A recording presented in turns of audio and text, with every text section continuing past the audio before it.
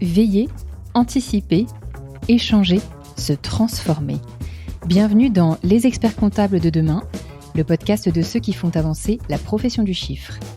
Je suis Marine et ce podcast vous est proposé par le CEG, un cercle de prospective sur l'avenir de la profession comptable.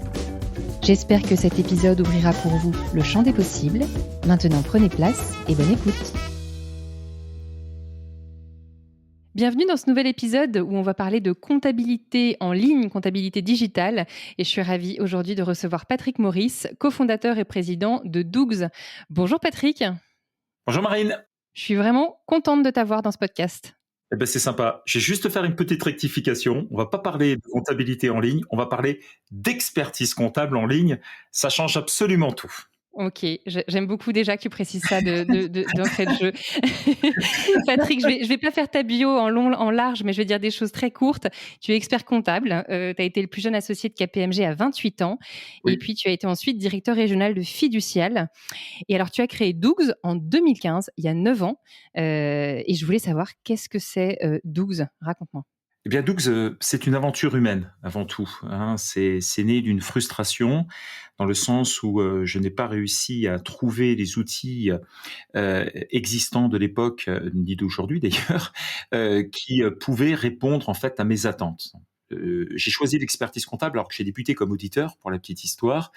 Et dans ma vie professionnelle, j'ai toujours eu le sentiment que l'expert comptable était celui qui devait aider l'entrepreneur. D'ailleurs, j'ai définition de l'expertise comptable qui est sans doute différente de la plupart des confrères. Je dis toujours que l'expertise comptable, c'est ce que les gens ne savent pas faire ou ne veulent pas faire. Donc, ça signifie que la tenue de la compta, l'établissement de la TVA, l'établissement de l'impôt sur les sociétés, des liasses fiscales, des bilans, des fiches de paye, des assemblées générales, etc., eh bien, ça revient à l'expert comptable si l'entrepreneur n'a pas envie de le faire. Mais ce n'est pas que cela. C'est bien plus. Ça peut être de la gestion, ça peut être des assurances, ça peut être du patrimoine, ça peut être en fait tout ce qui touche à la vie des entrepreneurs. Donc certains de nos confrères l'ont compris déjà, ils se sont lancés dans ces étapes sans attendre. Mais je pense que dans l'expertise comptable, il y a tellement de choses à faire. Et pour revenir effectivement à ce qui m'a frustré moi, ben c'est tout simplement qu'à cette époque, beaucoup de personnes se disaient j'attends mon bilan, ça a donné quoi, qu'est-ce qui va se passer, est-ce qu'on peut faire une situation comptable, et on sait très bien que même quand on est rapide, ça prend toujours du temps. Et donc du coup, lorsque j'ai reçu mon premier iPhone en 2009, donc j'avais une société d'expertise comptable avant Dougs que j'avais créée entre Fiducial et Dougs. Et je me disais, ma foi, comment est-ce qu'on peut améliorer? Donc j'avais fait des petits tableaux sous Excel et tout ça. Et quand j'ai reçu mon premier iPhone, j'ai découvert qu'on pouvait regarder YouTube sur son téléphone, sur son smartphone. Et je me suis dit, si avec un iPhone on est capable de voir YouTube, pourquoi est-ce qu'on peut pas voir sa compta après tout? Ouais. Et donc dans cette pièce où je suis actuellement, j'avais de tous les côtés des post-it où je notais mes idées au fur et à mesure entre 2009 et 2014 sur à quoi pourrait ressembler justement un outil en ligne. Parce que moi qui suis un enfant du PC, quand j'ai travaillé, j'avais un PC d'emblée, je me suis rendu compte qu'avec l'iPhone, on parlait plus effectivement de logiciels, on parlait pas de software, on parlait d'applications. Et il m'a fallu longtemps pour trouver des personnes qui me comprennent. Ça veut dire que Dougs est une succession d'échecs, puisque j'ai embauché un salarié, 2 salariés, il n'y avait rien qui fonctionnait. J'ai essayé de prendre des sous-traitants, ça n'a pas fonctionné non plus. En fait, j'avais un gros problème, c'est que personne ne me comprenait. Et mon souci, quand tu n'as personne qui te comprend, tu te dis, mince, il y a un truc. Mais entre-temps, j'ai vu que des Américains commençaient à avoir l'idée avec FreshBooks. Donc, je m'étais fait agréer expert comptable FreshBooks, donc CPA, Chartered Public Accountants. Et j'étais le seul Européen pour la petite histoire.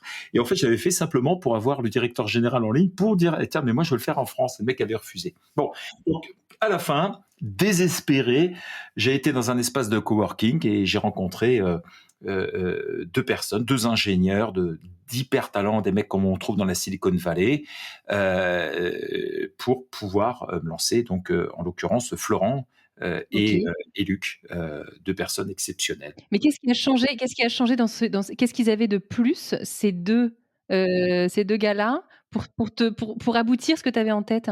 Alors, un truc tout bête, Florent, l'intelligence déjà, d'une part, je pense. Ça compte. Euh, Florent est ingénieur, docteur en mécanique, plus jeune pilote de France. À 15 ans, il volait sur des avions. Et Luc a un quotient intellectuel d'Einstein. Donc, pour faire simple, Mhm. c'est pas que la comptabilité nécessitait à ce point des gens de aussi haut talent, mais il fallait des gens pour comprendre et pour se lancer. Ça, c'était leur première qualité. Et la deuxième, c'est qu'ils ont été suffisamment fous pour m'écouter, donner leur démission, et on a fondé une boîte ensemble. Voilà, je pense effectivement leurs deux qualités qu'ils pouvaient avoir. Ouais, puis tu es humble parce que tu dis que c'est une succession d'échecs, mais quand on fait le bilan aujourd'hui, donc vous avez 9 ans d'existence, Dougs, Oui, 300 collaborateurs aujourd'hui. Tu m'arrêtes, hein, si j'ai dit des erreurs. 320 maintenant, ouais, parce qu'on change. Tous les mois, on a 20 collaborateurs de plus, donc ça va très vite. 16 000 clients, c'est ce que j'ai aussi en chiffres. Toujours un peu plus, Un peu plus. effectivement, parce que On s'est 17 parlé il 000. y a une semaine et ça a déjà augmenté depuis une semaine, c'est ça? Bah, écoute, on rentre 1000 clients par mois actuellement. Donc tous les jours, effectivement, ça fait un peu de monde. OK, Enfin, un peu plus de 1000. On l'a dépassé au mois de janvier, effectivement, et 23 millions d'euros de chiffre d'affaires en 2023, c'est ça? en 2024. En 2024. Oui, parce que c'est prédit, mais on est au-dessus de notre prévision actuellement, donc nous devrions dépasser les 23 millions. OK, donc un échec très relatif, Oui. si je peux me permettre.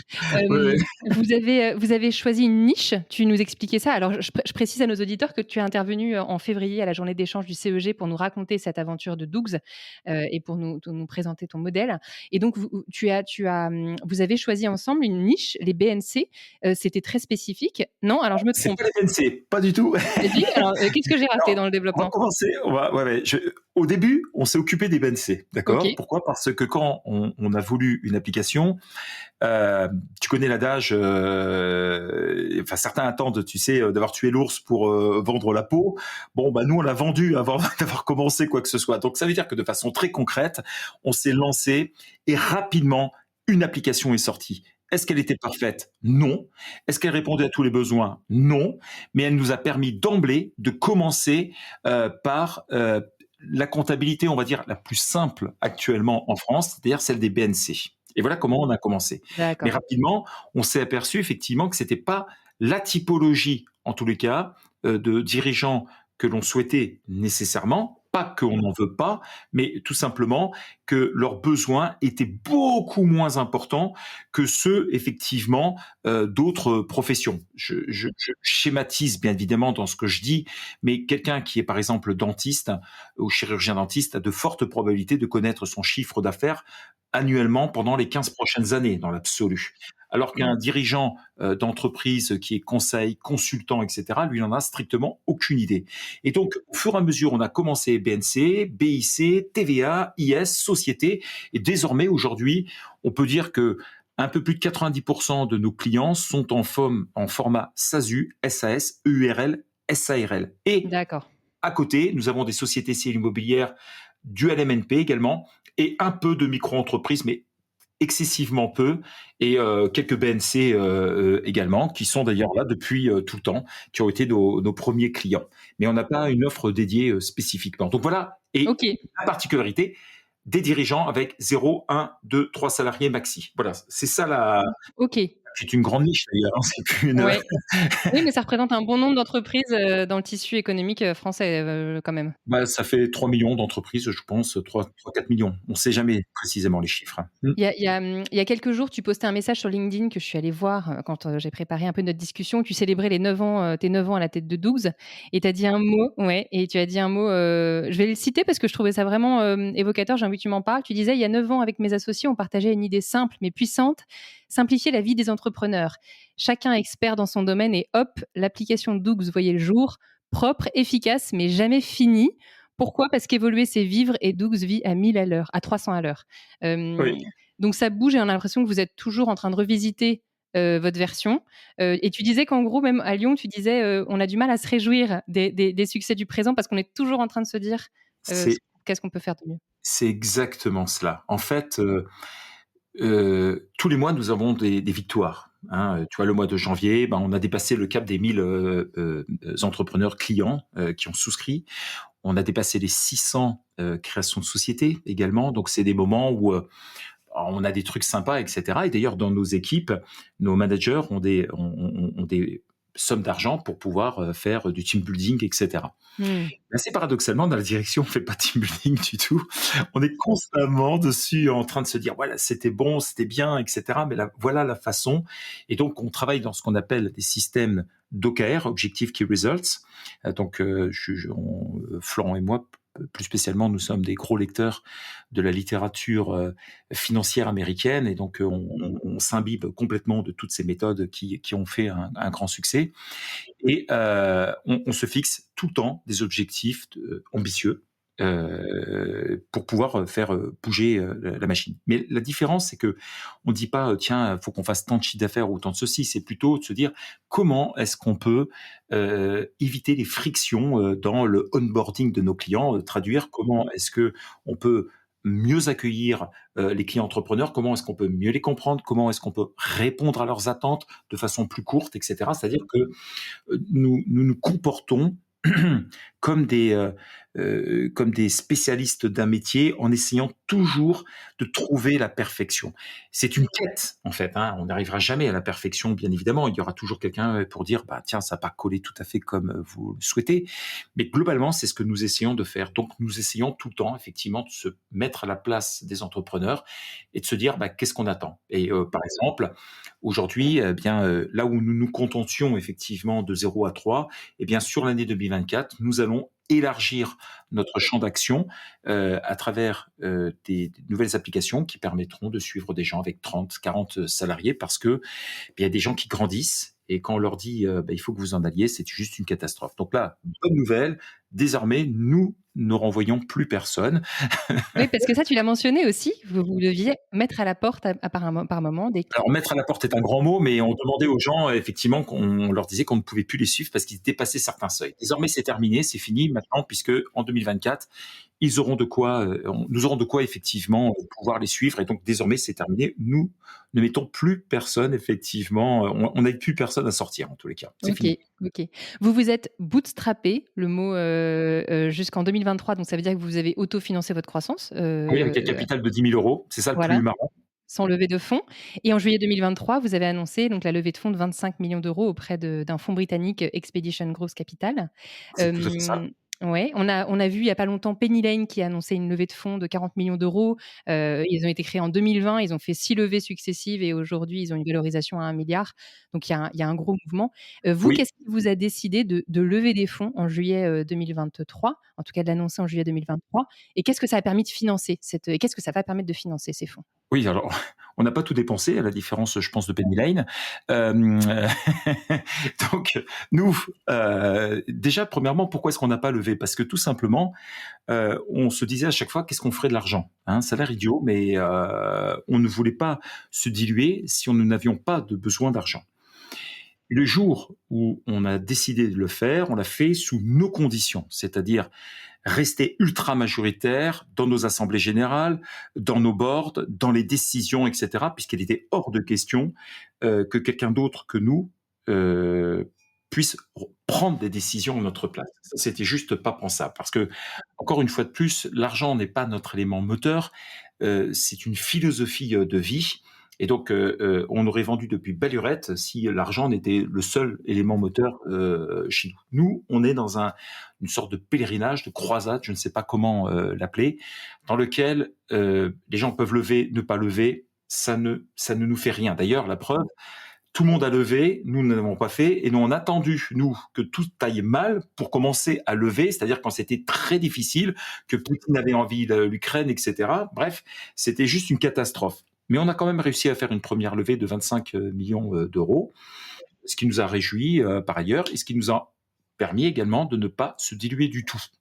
Donc ça, c'est un point hyper important par rapport effectivement à la société d'édition dont tu faisais mention juste auparavant. OK. Et donc l'idée et la valorisation, on s'en fout. D'ailleurs, on peut augmenter n'importe quelle valorisation à n'importe quel moment. Il suffit juste effectivement de faire une petite extension de quelque chose pour arriver à des grosses valorisations. Ce qui est important, c'est est-ce que nous répondons à nos principes même de la création de Dux? Est-ce que nous simplifions la vie des entrepreneurs, etc. Ça, c'est un point qui est important. Et donc cet argent, il est fait principalement pour pouvoir augmenter la quantité de personnes qui animent Dux et créer à la fois du confort pour les dirigeants. Hein. Moi, mon rôle principalement, c'est de trouver des personnes qui sont meilleures que moi et qui ont plus de temps que moi pour pouvoir faire des choses que je faisais auparavant. Ok.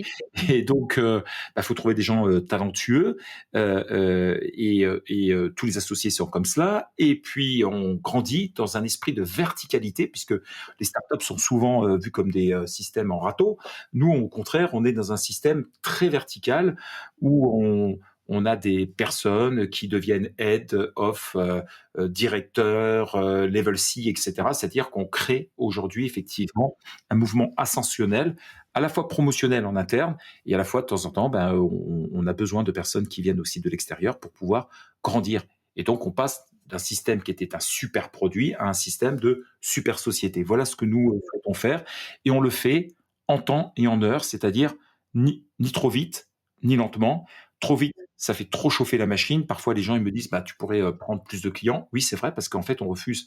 Et ça nous est arrivé l'année dernière, par exemple, de stopper les vannes et de ne plus prendre un seul client entre, grosso modo, octobre et janvier. C'était en fin 2022, début 2023, parce que tout simplement, nous n'avions pas les capacités et on s'est dit, ça sert à rien de vouloir faire patienter des personnes si on n'est pas capable, en tous les cas, de leur délivrer effectivement quelque chose. Bon, alors on a compris ça, on a grandi, on a augmenté les équipes, et c'est vrai que cet argent va nous permettre de faire cela. Et puis à côté de ça, on a d'autres projets également, d'autres produits, la facture X, etc. Enfin bon.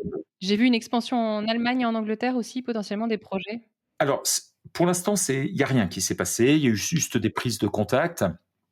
Histoire de rigoler 5 minutes, l'ambassade d'Angleterre m'avait invité et le jour où j'étais censé me rendre, ils m'ont téléphoné, juste, je crois, 4 ou 5 jours ou 6 jours avant pour me dire: «Monsieur Maurice, est-ce que par hasard vous accepteriez effectivement de, retarder, votre rendez-vous, parce que nous avons des obligations?» Et je lui ai dit: «Beh, bien évidemment».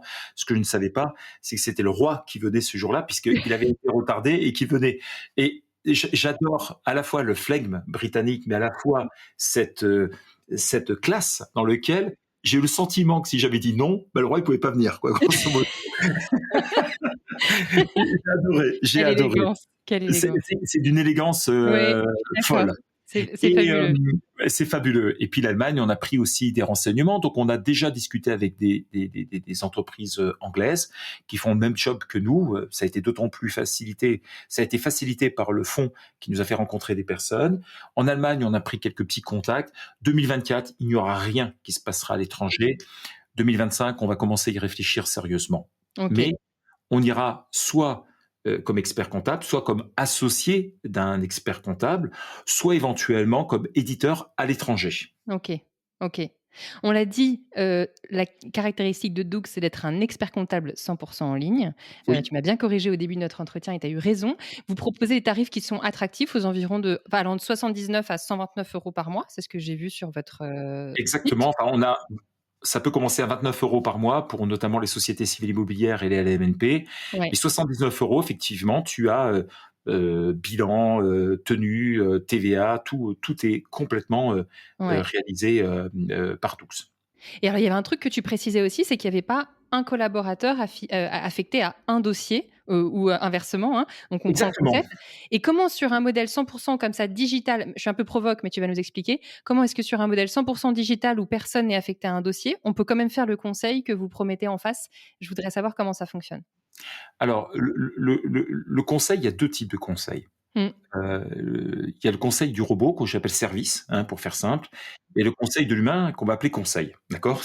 Ça permet de bien Ah changer les ouais, ouais. choses et dans lequel le robot va avoir une efficacité exemplaire dans le regard au jour le jour de ce qui se passe. Typiquement, quelqu'un qui est client chez nous, eh bien, dans les 3 mois, s'il n'a pas pris une assurance, eh bien, il va y avoir un message qui va être envoyé par le robot pour lui dire, écoutez, on n'a pas vu de frais d'assurance. Est-ce qu'il y a quelque chose que vous avez oublié? Donc là, il y a 2 situations, enfin 3 situations. La personne a payé de sa poche et il va falloir le réintégrer en compte courant, donc il y a une action à faire. Soit il va en prendre une assurance, soit il veut rien faire. On va lui envoyer un deuxième message un mois plus tard. Et le troisième mois qui suit, donc au bout de 6 mois, ou même avant, il va avoir un message cette fois-ci qui va partir à un collaborateur. Et là, le collaborateur, il va prendre le téléphone et il va appeler la personne. Et il va dire, écoutez, c'est important d'avoir une assurance. Je peux comprendre que vous n'ayez pas envie, mais je voulais effectivement être certain que vous n'en aviez pas envie. Voilà les explications. Voilà. Donc voilà un petit peu la nature du conseil. Je t'ai donné qu'un exemple, mais il y en a plein d'autres. C'est par exemple, si la personne n'a pas validé tous ses trimestres de retraite à la fin de l'année, le robot va le détecter, va l'envoyer. S'il a besoin d'une attestation, ça va isoler les choses, etc. Donc le robot a une force inouïe et surtout, il est capable de suivre des choses que l'humain ne peut pas faire. Parce que Mmh. comment veux-tu, même quelqu'un qui a par exemple un portefeuille de 30 ou 40 de clients, ce qui est un peu la norme en expertise comptable, comment peut-il tous les mois repasser, se reposer 50 questions à chaque fois? C'est fondamentalement impossible. C'est là où on voit la force. Et puis, il y a l'humain. Et là, l'humain, c'est quelqu'un d'exceptionnel, plus intelligent que l'intelligence artificielle, malgré tout ce qu'on veut bien dire. Et donc, de façon très concrète, lorsque un client arrive, lorsqu'un entrepreneur se crée, eh bien, il a le choix soit d'assister à un webinar où on va répondre à plein de questions, soit d'avoir un rendez-vous one-one dans lequel effectivement on va lui donner un certain nombre de choses. Et à partir de là, on a une traçabilité totale de tout ce qui a été dit. Qu'est-ce qui s'est passé? Quel est son âge, etc. On sait absolument tout sur lui, puisque il va remplir des éléments qui vont nous permettre d'appréhender la situation. Par exemple, est-ce qu'il a l'ARE, est-ce qu'il ne l'a pas, etc. Si bien que lorsqu'un client a besoin d'un élément, il peut prendre un rendez-vous, il peut téléphoner et la personne qui répondra aura directement la situation. Maintenant, il se peut aussi que la question soit plus grande. Par exemple, est-ce que c'est bon que je reste en SASU? Est-ce que je dois pas passer en URL, en SARL? Et dans ces cas-là, il y a des rendez-vous dédiés qui vont durer 3/4 d'heure, qui vont être pris, dans lesquels on va faire une étude, on va faire un certain nombre de choses. Donc, à chaque fois, l'avantage, est-ce qu'on a des collaborateurs dédiés dans les 2 premières offres? Non. Dans la troisième, oui, hein. Par contre, et on reviendra D'accord. dessus peut-être, Ouais. mais par contre, quand les questions sont posées, la personne a l'assurance d'avoir un spécialiste. C'est-à-dire, en fiscalité, on a des avocats en droit fiscal, on a des avocats en droit social, des avocats en droit de société, et donc Mmh. c'est pas nécessairement toujours la même personne, mais en tout cas, ce qui est certain, c'est que ça reste vraiment dans un horizon d'équipe. Alors on travaille pas, c'est pas une on devrait dire d'ailleurs, il y a pas de collaborateurs dédiés, mais il y a des équipes qui sont dédiées D'accord. en fonction du métier. Si par exemple tu fais du e-commerce, bon concrètement, bah, il faut mieux avoir quelqu'un qui connaisse le e-commerce, les problèmes de TVA, le côté triangulaire des problèmes de livraison, etc. Enfin des choses, dropshipping et compagnie qui nécessitent des compétences. Si le mec il est VTC, il aura quelqu'un dédié. S'il est consultant, il aura quelqu'un d'autre. Donc à chaque fois, il y aura toujours cette intelligence artificielle, enfin cette intelligence de répartition de la question Ouais. puisqu'on sait qui a posé la question, comme on a identifié quels étaient ses métiers, on va essayer quand même de le mettre dans une équipe et éventuellement d'ailleurs aux collaborateurs qu'il avait déjà eu. Donc il y a quand même une répartition. OK. Voilà. Et puis on a une offre. Voilà. Ouais, donc l'humain et le robot interagissent, correctement et tu disais même le robot fait grandir le collaborateur parce qu'il lui met l'alerte au bon endroit pour Exactement. s'intéresser au sujet qui fait mal, au petit manque dans le dossier, et le conseil peut suivre, quoi. C'est exactement ça. Et puis il y a quelque chose qui est fabuleux, c'est qu'aujourd'hui, nous, on donne tous les jours la situation comptable où se trouve l'entreprise. Donc l'entrepreneur peut savoir exactement où il en est chaque jour. Mieux, il a une projection de à quoi il arrivera en chiffre d'affaires, en charges, etc. sur la fin de l'année et le tout jusqu'en bas, résultat net après impôt sur les sociétés. Comme il me plaît à le dire, j'ai tué le suspense du bilan. Ben voilà, il n'y a plus aucune personne qui nous téléphone en Le nous bilan, disant le moment le plus, random, qu'on puisse imaginer maintenant. et voilà, bah, c'est fini. Bah, en fait, la personne. Alors, c'est vrai que le premier mois, ça reste un peu aléatoire parce qu'on ne sait jamais quoi on fait. Mais quand les gens ont passé déjà 6 mois, en plus, comment on fait s'ils ont été là depuis 2 ans? Les calculs se font avec ce qui Mmh. s'était passé, avec des choses, etc. Et donc, de façon très concrète, bah, le client sait où il va arriver. Et donc, voilà, c'est pour ça que je dis que j'ai tué le suspense du bilan. La question du est-ce que j'ai un bon bilan ou pas un bon bilan, c'est une question que nous n'avons plus désormais, c'est fini. Tu as l'info au quotidien sur ton accès, d'outils. Et du coup, c'est extraordinaire parce que le collaborateur et l'entrepreneur peuvent partager les mêmes informations exactement au même moment. C'est la même application. Voilà. OK, OK. Donc le robot fait ce travail de tenue chez 12, de Oui. tenue comptable. Moi, je me pose une question, c'est on voit que le robot fait de la tenue. Est-ce qu'on peut se poser la question de l'évolution du monopole s'il est fait par des robots, dans une application comme la vôtre? Est-ce que tu penses que ça peut aller dans ce sens aussi, Bon, légitimement? premièrement, le métier de tenue comptabilité fait partie intégrante du métier d'expert comptable.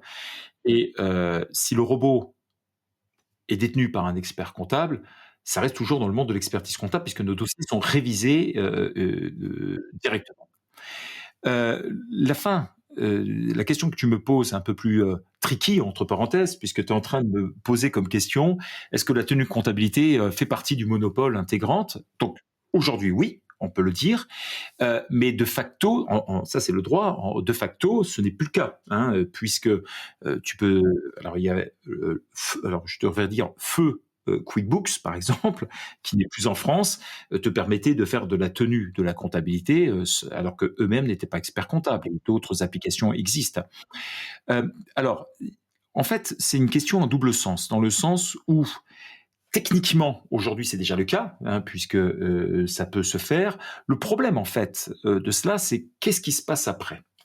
Qu'est-ce qui se passe après? C'est que le problème de l'entrepreneur, en règle générale, a une méconnaissance des conseils qui peuvent les aider. C'est-à-dire que je dis à certains confrères, mais ils ne veulent pas me croire, qu'il m'est arrivé, parce que j'ai 4-5 clients à peu près par mois au téléphone, et tout au début, je me souviens, j'appelais tous les nouveaux pour comprendre, parce que 2015, c'était une autre époque encore, c'était de savoir, je leur posais comme question, pourquoi vous êtes venu un expert comptable digital, voilà.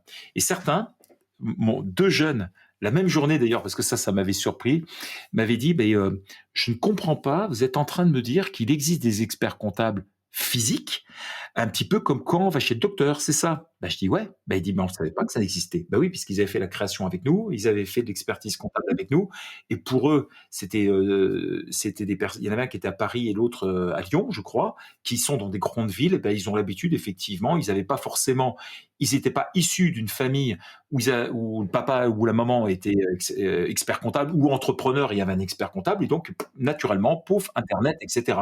Et je pense que c'est le défaut, effectivement, de ne pas savoir vers qui s'orienter, de ce mélange de comptables, d'experts comptables, alors que dans la réalité, il n'y a que des experts comptables. Le mot comptable est un mot affectueux, en fait, qui est donné par les dirigeants à leurs experts comptables, mais certains en ont profité, effectivement, pour se dire comptables, alors qu'ils n'étaient absolument pas du tout. Et donc, le danger, c'est pas d'avoir une application puis gentiment faire son petit bilan, c'est surtout quels sont les conseils qu'on peut attendre. Et je pense qu'un chef d'entreprise est en droit d'attendre autre chose que simplement de faire son bilan. Il doit, l'expert comptable est là pour lui assurer en fait la protection de son patrimoine privé, professionnel.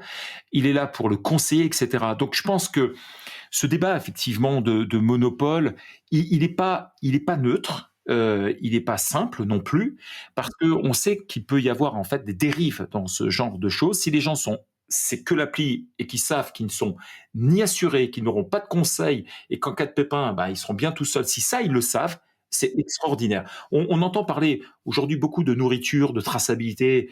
J'entendais les apiculteurs avec le miel, etc., où aujourd'hui on n'est même pas capable de savoir si le miel vient de France ou s'il est issu d'un endroit terrible. Voilà, tout ça aujourd'hui, quelque part, je pense que le fait de dire clairement les choses, que si on n'est pas expert comptable, si on n'est pas avocat, on n'a pas le droit de donner conseil, qu'on n'est pas assuré dans ce sens-là. Alors c'est marqué dans les CGV, hein, tout en bas, mais personne ne les lit, hein, bien évidemment, parce qu'elles font 50 pages. Et je pense que là, c'est le vrai débat. Donc, Ouais. la tenue de la comptabilité n'est que la face cachée de l'iceberg, la face où, enfin, c'est plutôt le contraire, c'est la face visible, Ouais, alors que la bien partie sûr. conseil est la face cachée. Or, le problème de l'entrepreneur, c'est que tant qu'il n'a pas eu de conseil, il ne sait pas ce que ça veut dire le mot conseil. Il n'en a même pas l'idée. Mmh. C'est voilà le petit problème, effectivement, de la tenue de la compta, ça cache autre chose derrière. OK.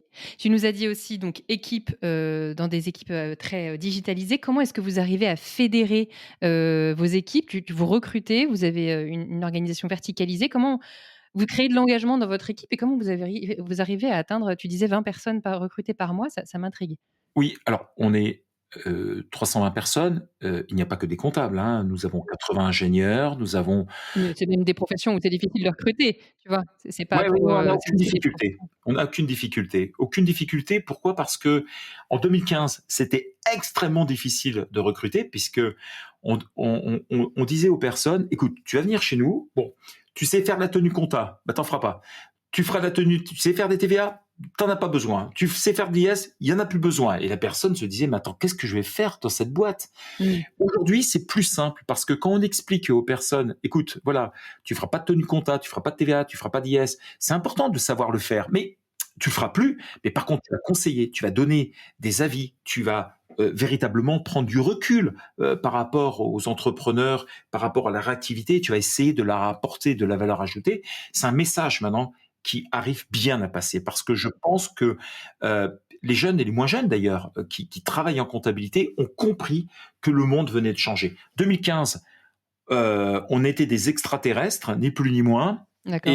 et des extraterrestres indésirables, alors qu'aujourd'hui, on est devenu en fait un côté un peu sexy pour l'expertise comptable. Et donc, est-ce que nous avons du mal à recruter? Non. Et il n'y a pas de churn, enfin, churn, il n'y a pas de turnover en anglais, de rotation, voilà, Ouais. de rotation du personnel en la matière.